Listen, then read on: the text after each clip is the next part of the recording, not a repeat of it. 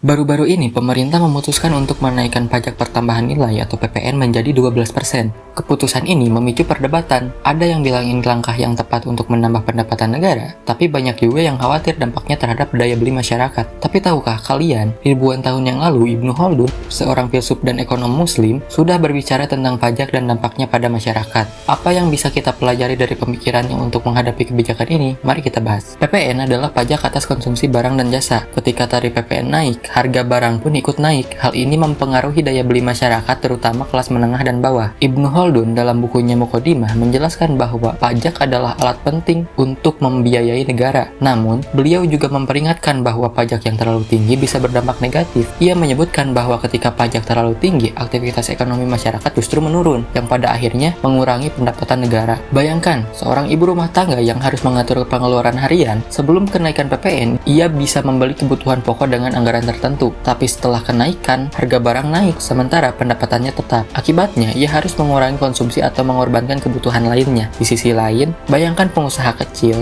dengan kenaikan PPN, biaya produksi mereka naik, tetapi daya beli konsumen menurun. Mereka pun terjebak antara menaikkan harga atau menerima keuntungan yang lebih kecil. Ini adalah gambaran nyata dampak kenaikan pajak bagi masyarakat. Menurut Ibnu Khaldun, ada hubungan erat antara tarif pajak dan produktivitas masyarakat. Ketika pajak rendah, masyarakat lebih giat bekerja, konsumsi meningkat, dan pada akhirnya pendapatan negara juga naik. Sebaliknya, ketika pajak terlalu tinggi, masyarakat cenderung melemah secara ekonomi, aktivitas bisnis menurun, dan penerimaan negara justru berkurang. Jika kita melihat konteks saat ini, kenaikan PPN menjadi 12% mungkin dibutuhkan untuk menutupi kebutuhan anggaran negara. Namun tantangannya adalah menjaga keseimbangan agar daya beli masyarakat tidak terlalu terpukul. Lalu apa solusinya? Yang terpenting, pastikan dana dari kenaikan pajak ini benar-benar digunakan untuk program yang berdampak langsung pada masyarakat dan dikelola secara transparan. Dengan langkah ini, kita bisa menjaga dan mengawasi keseimbangan antara kebutuhan anggaran negara dan kesejahteraan masyarakat. Apa pendapat Anda tentang kenaikan PPN ini? Apakah ini langkah yang tepat atau justru memberatkan? Tulis pendapat kalian di kolom komentar.